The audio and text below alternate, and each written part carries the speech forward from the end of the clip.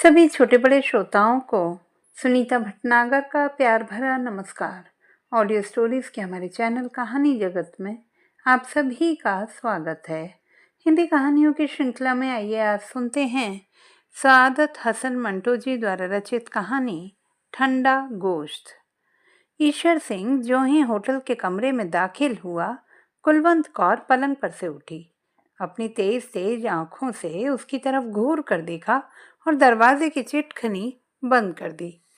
रात के 12 बज चुके थे। शहर का वातावरण एक अजीब रहस्यमयी खामोशी में गर्क था।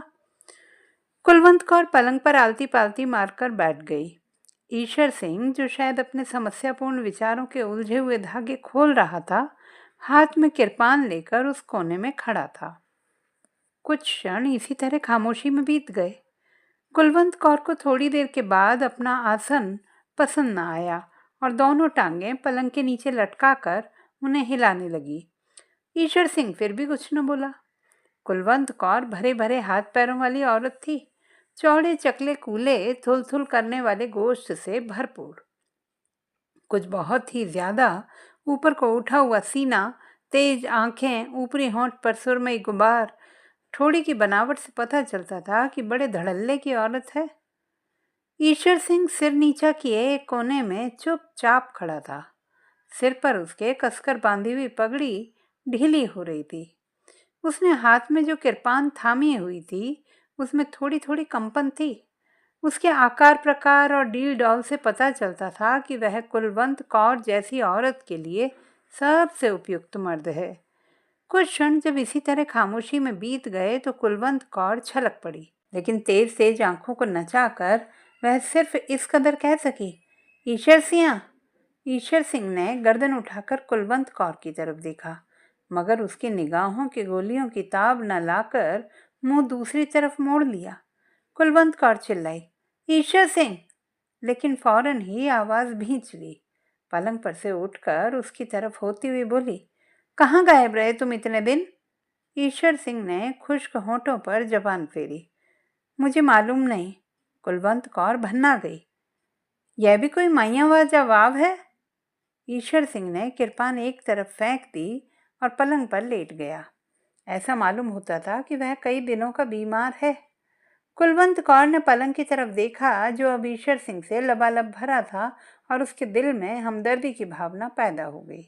चुनाचे उसके माथे पर हाथ रखकर उसने बड़े प्यार से पूछा, जानी, क्या हुआ तुम्हें? ईश्वर सिंह छत की तरफ देख रहा था। उससे निगाहें हटाकर उसने कुलवंत कौर के परिचित चेहरे को टटोलना शुरू किया। कुलवंत, आवाज में दर्द था। कुलवंत कौर सारी की सारी सिमट कर अपने ऊपरी होंठ में आ गई। हाँ जानी, कहकर वह उसको दांतों से काटने लगी। ईश्वर सिंह ने पगड़ी उतार दी। कुलवंत कौर की तरफ सहारा लेने वाली निगाहों से देखा। उसके गोश्त भरे कूल्हे पर जोर से थप्पा मारा और सिर को झटका देकर अपने आप से कहा, इस कुड़ी दा दिमाग ही खराब है।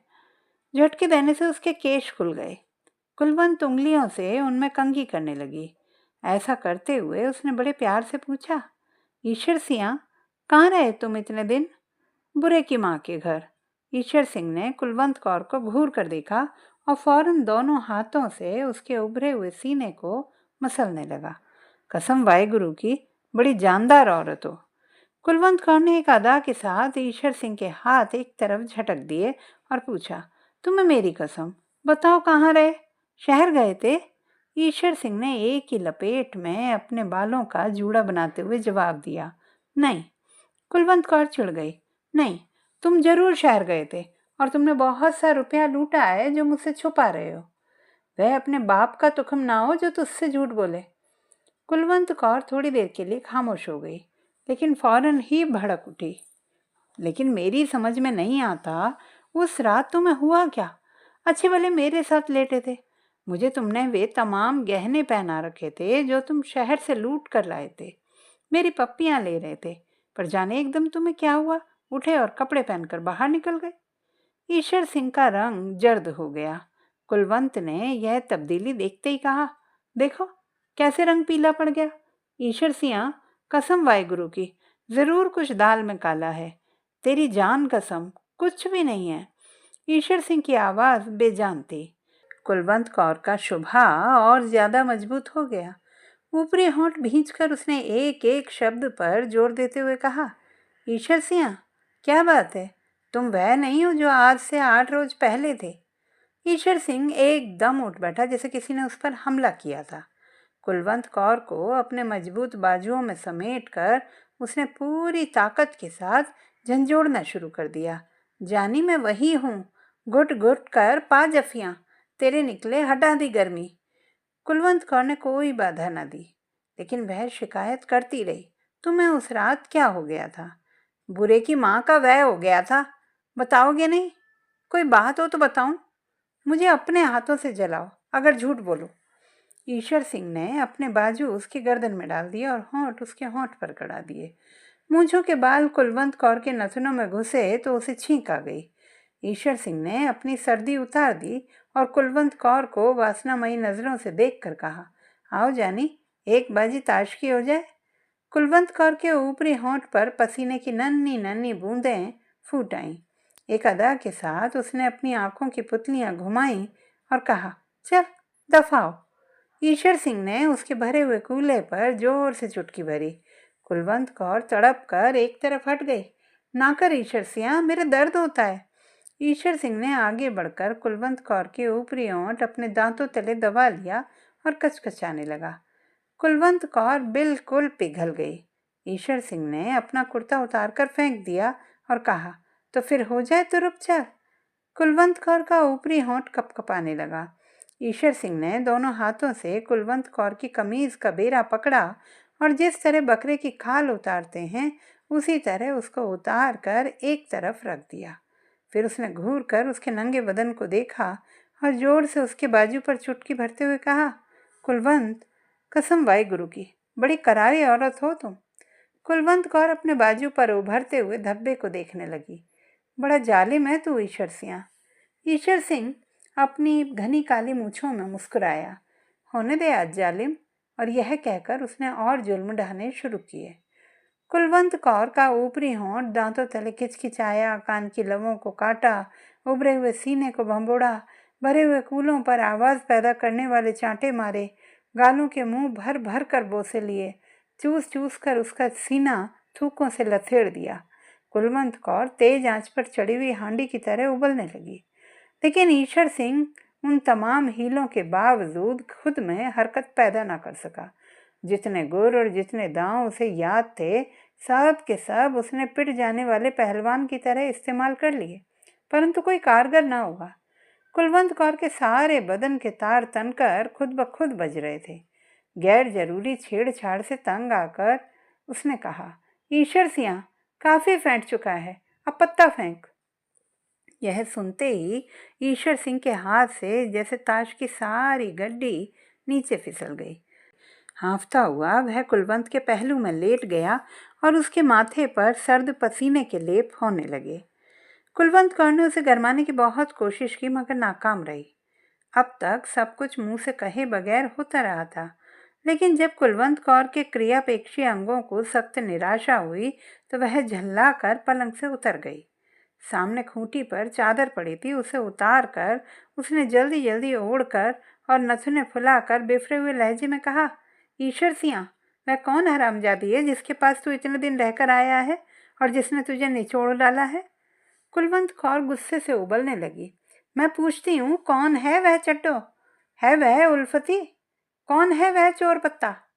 ईश्वर सिंह ने थके हुए लहजे में कहा, कोई भी नहीं कुलवंत, कोई भी नहीं। कुलवंत कौर ने अपने उभरे हुए कूलों पर हाथ रखकर एक दृढ़ता के साथ कहा, ईश्वर सिंह, मैं आज झूठ सच जानकर रहूंगी। खा वाहेगुरु जी की कसम, इसकी तय में कोई औरत नहीं। ईश्वर सिंह ने कुछ कहना चाहा, मगर कुलवंत कौर ने इसकी इजाजत ही ना दी। कसम खाने से पहले सोच ले कि मैं भी सरदार निहाल सिंह की बेटी हूँ। तक्का बोटी कर दूंगी अगर तूने झूठ बोला तो। ले, अब खा वाहेगुरु जी की कसम कि इसकी तय में कोई औरत नहीं। ईश्वर सिंह ने बड़े दुख के साथ हाँ में सिर हिलाया। कुलवंत कौर बिल्कुल दीवानी हो गई। लपक कर कोने में से किरपान उठाई, म्यान को केले के छिलके की तरह उतार कर एक तरफ फेंका और ईश्वर सिंह पर वार कर दिया। आन की आन में लहू के फव्वारे छूट पड़े। कुलवंत कौर को इससे भी तसल्ली न हुई तो उसने वहशी बिल्लियों की तरह ईश्वर सिंह के केश नोचने शुरू कर दिए। साथ ही साथ वह अपनी नामालूम सौत को मोटी मोटी गालियां देती रही। ईश्वर सिंह ने थोड़ी देर बाद दुबली आवाज में विनती की, जाने दे अब कुलवंत, जाने दे। आवाज में बला का दर्द था। कुलवंत कौर पीछे हट गई। खून ईश्वर सिंह के गले से ओढ़ ओढ़ कर उसकी मूंछों पर गिर रहा था। उसने अपने कांपते होंठ खोले और कुलवंत कौर की तरफ शुक्रिया और शिकायतों की मिली जुली निगाहों से देखा। मेरी जान, तुमने बहुत जल्दी की, लेकिन जो हुआ ठीक है। कुलवंत कौर की ईर्ष्या फिर भड़क उठी। मगर वह है कौन? तेरी माँ? लहू ईश्वर सिंह की जुबान तक पहुंच गया। जब उसने उसका स्वाद चखा तो उसके शरीर में झुरझुरी सी दौड़ गई। और मैं भैनी या 6 आदमियों को कत्ल कर चुका हूँ इसी कृपान से। कुलवंत कौर के दिमाग में दूसरी औरत थी। मैं पूछती हूँ, कौन है वह आरामजादी? ईश्वर सिंह की आंखें धुंधला रही थीं। एक हल्की सी चमक उनमें पैदा हुई और उसने कुलवंत कौर से कहा, गाली न दे उस भड़वी को। कुलवंत कौर चिल्लाई, मैं पूछती हूँ, वह है कौन? ईश्वर सिंह के गले में आवाज रुंध गई। बताता हूँ, कहकर उसने अपनी गर्दन पर हाथ फेरा और उस पर अपना जीता जीता खून देखकर मुस्कुराया। इंसान माया भी एक अजीब चीज है। कुलवंत कौर उसके जवाब का इंतजार कर रही थी। ईश्वर सिंह, तू मतलब की बात कर। ईश्वर सिंह की मुस्कुराहट उसकी लहू भरी मूछों में और ज्यादा फैल गई। मतलब की ही बात कर रहा हूँ। गला चिरा हुआ है माया मेरा। अब धीरे धीरे ही सारी बात बताऊंगा। और जब वह बताने लगा तो उसके माथे पर ठंडे पसीने के लेप होने लगे।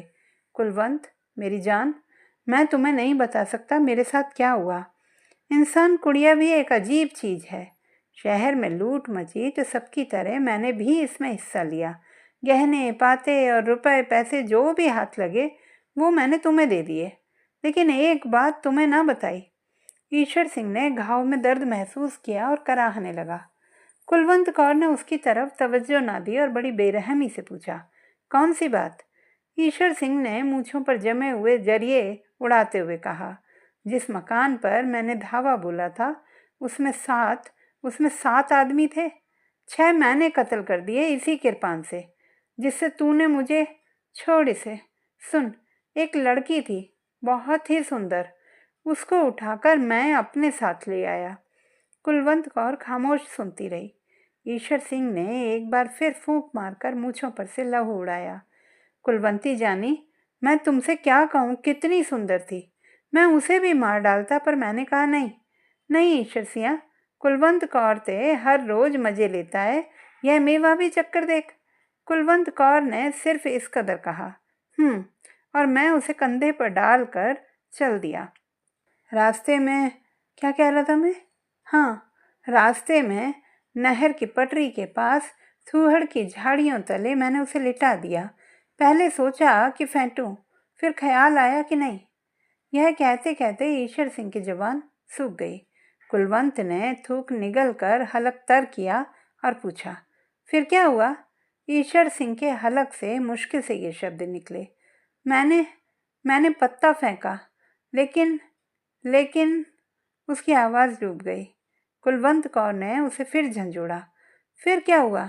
ईश्वर सिंह ने अपनी बंद होती आंखें खोली और कुलवंत कौर के जिस्म की तरफ देखा, जिसकी बोटी बोटी थिरक रही थी। वह मरी हुई थी, लाश थी, बिल्कुल ठंडा गोश्त। जानी, मुझे अपना हाथ दे। कुलवंत कौर ने अपना हाथ ईश्वर सिंह के हाथ पर रखा, जो बर्फ से भी ज़्यादा ठंडा था। तो दोस्तों, ये थी हमारी आज की कहानी। आपको कैसी लगी कमेंट बॉक्स में लिखना ना भूलें। चैनल को सब्सक्राइब करें, लाइक करें और मित्रों के साथ शेयर करें।